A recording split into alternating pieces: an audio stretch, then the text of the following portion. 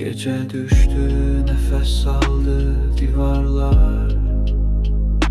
Saat sustu, yuhusuzdu anılar.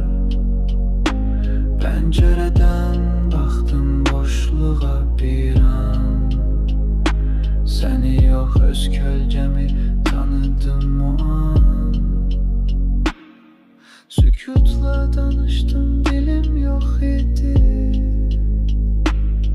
Gönlüm öz içinde kapalı kaldı. Adını çekmedim ama bilirdim. Kalbim seni sessiz çağırırdı. Geceyle danıştım, ulduzlar susurdu. Karanlık beni dinleyirdi durmadan. Küleğin sesi kulağımda pıçıldı. Sen demeden anladım suskunluktan. Her gece seni soruşmuram, yok sadece özüme cevap aktarıram.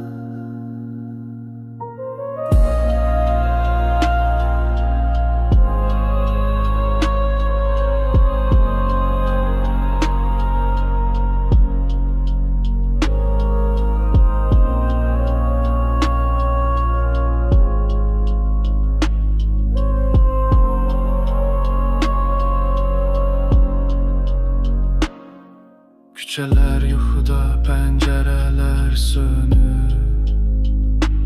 Addım səsi içimdə əks-səda dönür.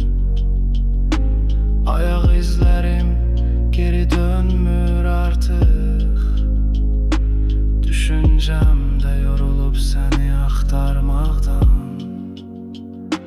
Gecə ilə danışdım, ulduzlar susurdu. Qaranlıq məni dinləyirdi durmadan.